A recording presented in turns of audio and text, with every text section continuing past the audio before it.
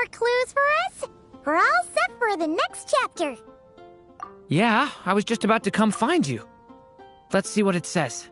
Now sprout to life the story's seeds, stirred by wind-born melodies. Then on that breeze the music leaves, fading into distant memories. Seek the place where wind and tale entwine, and once there, make 3 riddles into verse, and 3 melodies into song. For in poetry and song will this story start to blossom. Come on! Another riddle? All that talk about wind and melodies? What do you think the answer could be? Oh! Care to elaborate? Wind? Music? Poetry? Tone-deaf bards gotta know the answer. You mean Lord Barbados? Albedo introduced us when I first arrived in Mondstadt. I mean, someone like me was bound to catch his eye sooner or later. It's better that it's out in the open anyway. Now, how should we track him down?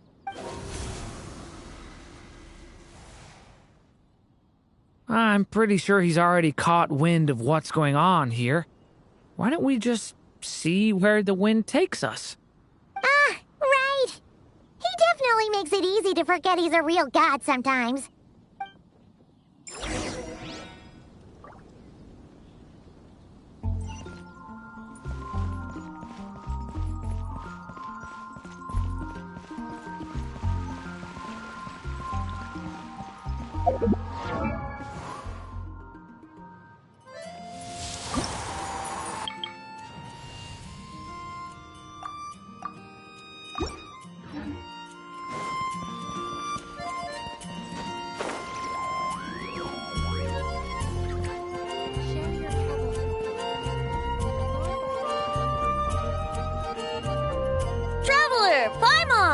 What a sight for sore eyes! And the little dragon from the fairy tale world. I heard your voices calling out to me on the wind. Something about needing help with a riddle? Sorry to disturb you, Lord Barbados. Disturb me? Not at all! To tell you the truth, I'm just as curious about this riddle as you are. Let me take a look.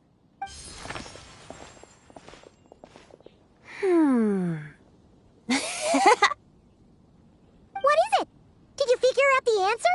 3 riddles and 3 melodies. That sure takes me back. The answer you seek lies hidden in memory. Looks like running to Tone-Deaf Bard was the right call after all.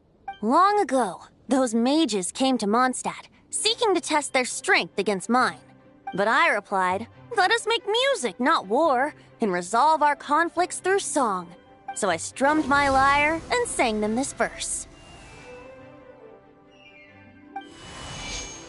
O wind, welcome now, my guests. Pass through verdant leaves unseen, where shape your formless self may take, and offer up a graceful scene, a fleeting gift for welcome's sake. Leap at the edge of a sea of clouds, where land meets sky and sky meets ground. There frighten off the noisy crowds and bring my guests a calm profound. Fly beneath the stars up high, where mortal noise is swept aside, that my dear guests with starry eyes may share the dreams they hold inside. Now go to where I vowed to keep a quiet spot for them to sleep. No clash, no contest bars the way, just tea and mirth to fill the day. There you have it, the 3 melodies. As for the answers to those 3 riddles, I trust you can guess them by now. The woods, the edge of a cliff, and the sky? Correct! Funnily enough, your mother was also the first to solve it, all that time ago. Her must be some kind of special rapport between those who write stories and those who sing them. The woods, a cliff, and the sky. Oh! So that's where it is!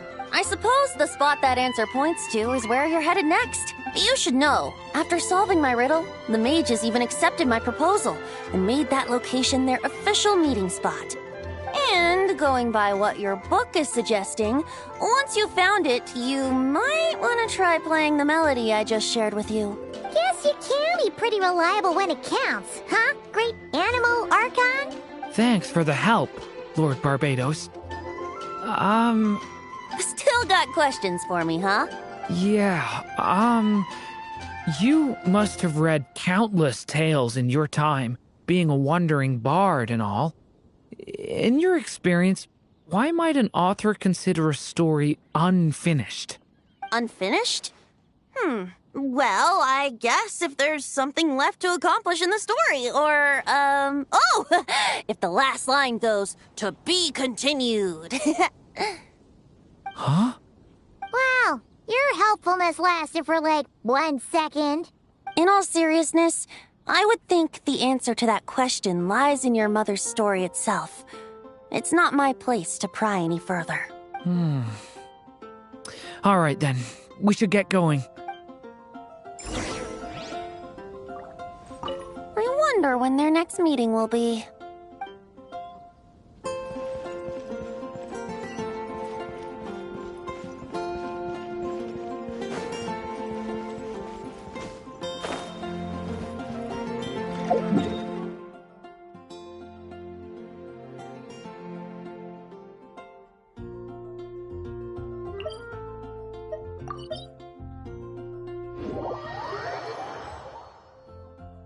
Okay, we're here! Now, we just need to play the 3 melodies, and we should be able to gather the memories for the next chapter, right? A musical performance? Huh. Out of all the things Miss Lisa has taught me, that's the one I'm worst at.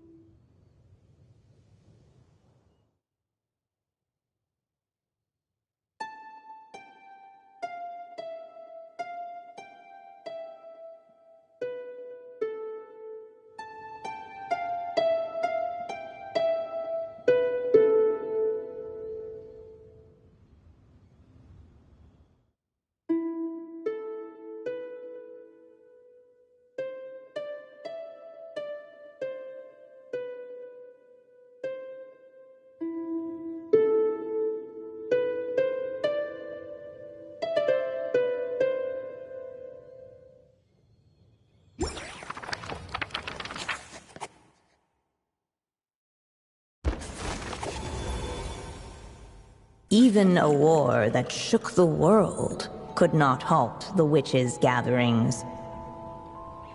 Yet even so, with the passing of time, 3 of their teacups no longer came to be set. The witches did not linger long in sorrow, for the Story Witch had brought glad tidings of her own. Born was her dragon child, safe and sound. Her fellow witches offered up their blessings, eagerly debating how to celebrate the child's birth.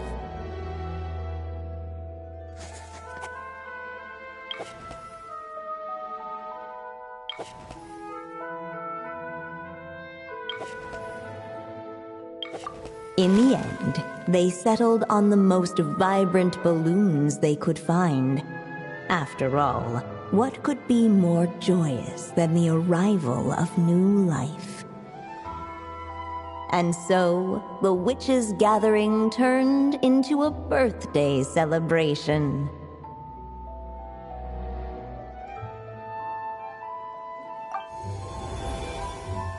So, we're back in the story world, huh? As if from nowhere, new guests appeared at the witches' table. Perhaps they too had come to celebrate the dragon child's birthday.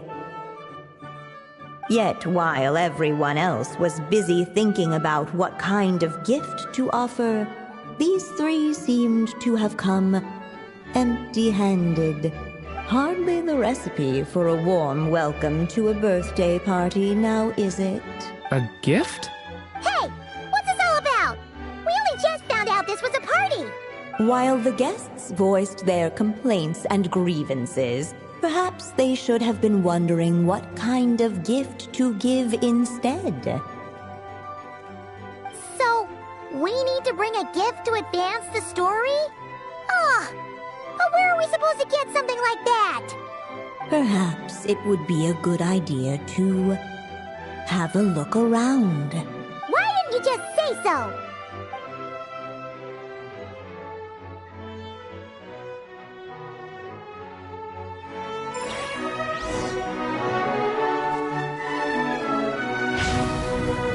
Stay back!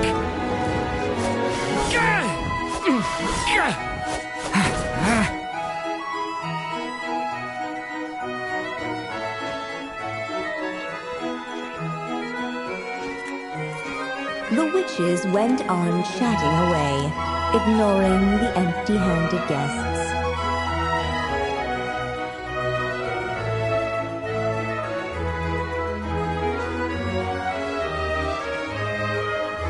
What?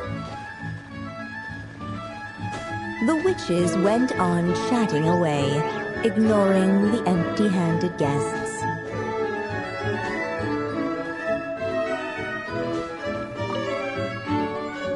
Hey, is that the other Durin?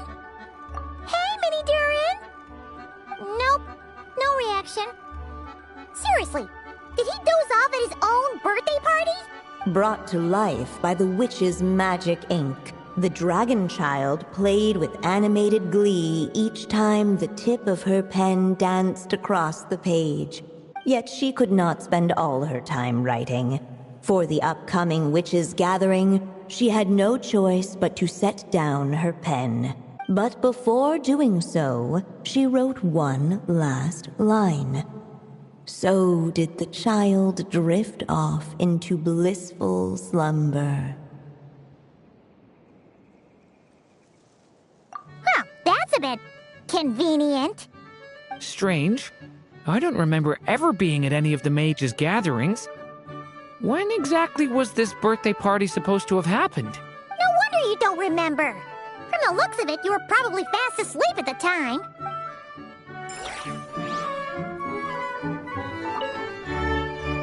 Hey, is that...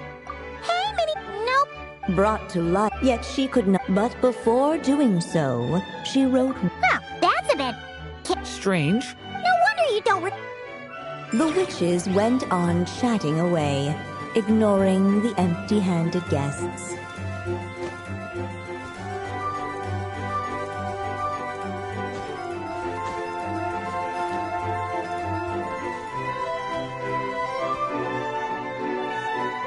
Hey, could we use these as gifts, maybe? At last, the guests found something to give the dragon child.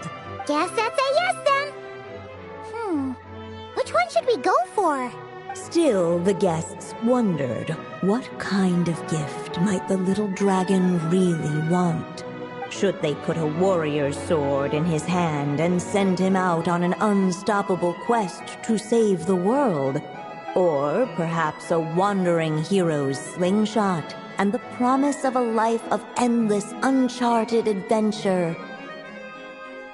Or maybe even a scholar's tome and the chance to take on all the world's unsolved mysteries. Okay.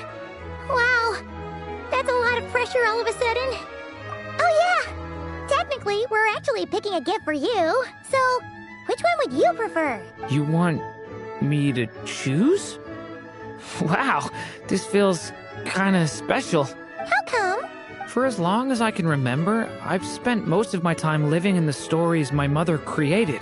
I always thought my mother had everything written out for me already, just like the toy figures in Constellation Metropole. what I wanted to do with my own future. Huh.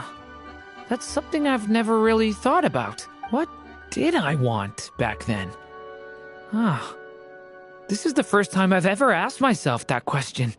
Sounds like this is the perfect opportunity to answer it then. It's been a while since you left Simulanka, and after everything that's happened, it might be about time to start thinking about your future. Then let me give it some thought.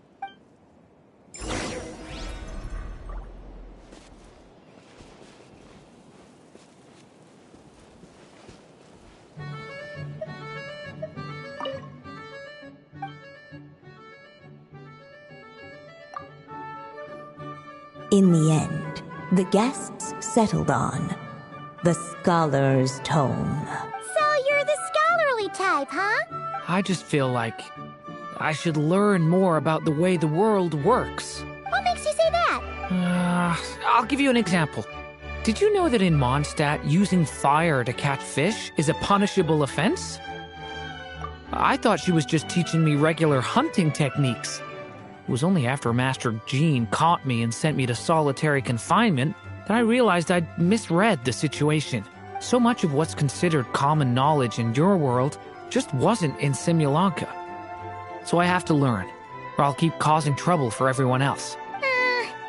Paimon's not sure that counts as common knowledge.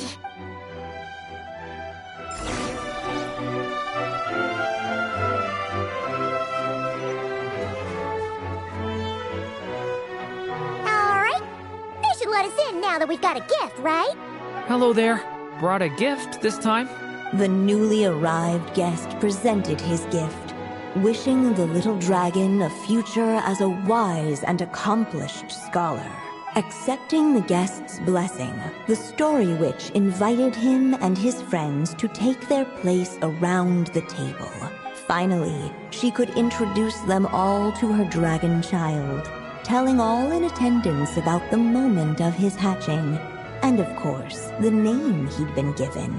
It was then that the seer witch, diviner of the stars, withdrew her gaze from the heavens and turned a sorrowful glance upon the little dragon. You gave him the same name as that evil dragon? That's right. But the life I intend for him shall be very different. What folly to love so blindly. For as you must know, a name is the mirror of destiny itself. He who bears an evil dragon's name must also inherit the fate of its previous owner. His fate has been foretold. Then I'll rewrite it. The witches at the table fell silent, for they knew the seer witch's words had never once proven wrong. Yet, just as clearly, they recognized the story witch's resolve. For there is scarce a force in this world more fearsome than a mother's love. At last, the merry witch stepped forward, dispelling the uneasy silence. So be it. Then we'll all lend a hand. Together, we shall rewrite this child's fate. You mean to defy one of the fundamental rules of this world? I refuse to be shackled by such rules. Besides, this is a witches' gathering, is it not? What could be more fitting a subject for this occasion than to defy them? Oh? Sounds like an interesting experiment. I suppose, were we to succeed in this endeavor, we might bring a touch of wonder to this otherwise dreary sky of stars. The merry witch finally talked them all round, just like she had done many times before.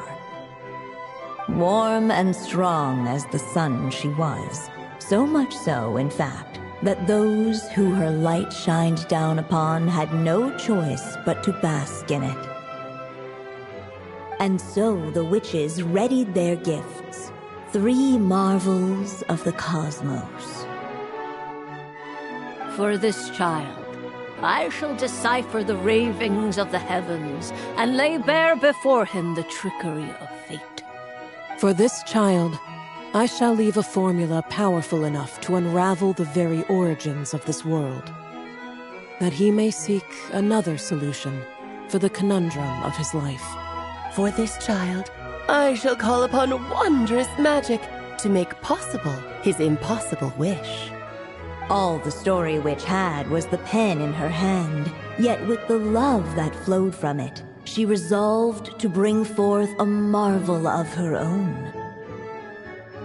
For this child, I shall leave behind the last story I will ever write, and with it, a path to an ending yet untold.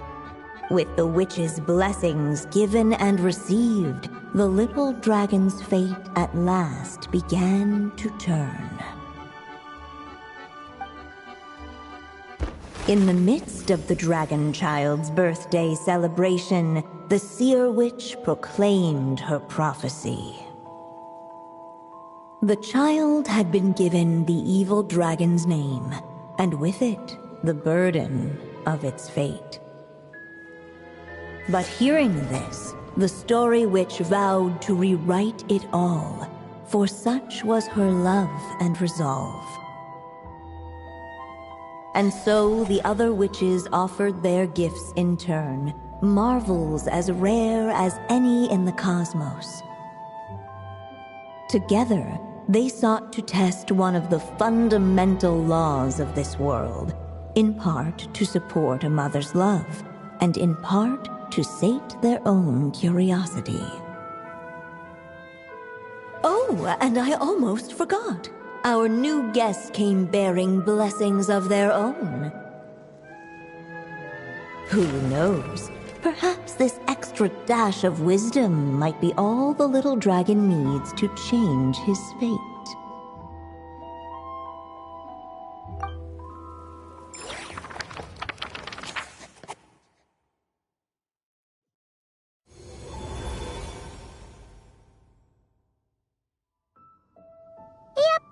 Looks like we've completed this chapter, too. Those witches in the story were the mages of the Hexen Circle, right? They sure seem to care a lot about you, Durin. But, Paimon kinda had trouble following their conversation. Just a bunch of mystery, as usual. The evil dragon's fate. Oh, is that what you're worried about? But didn't we already take care of that? Ah, the mages must have had a hand in that, too. Also, I was just thinking, which part of the story are we even meant to be completing? Oh, it feels less like we're filling in the gaps and more like we're adding something new altogether.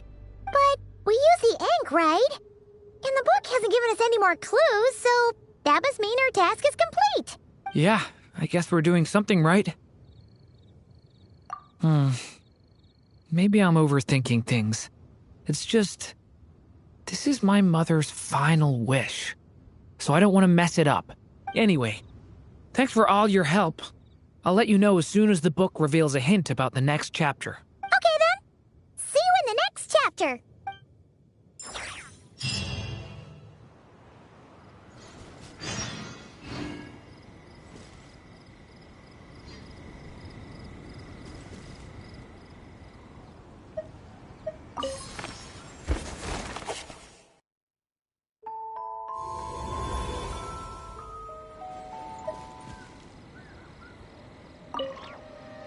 I think I'm gonna stick around, take my time reading through this book. If you feel like jumping back into the story, just come find me.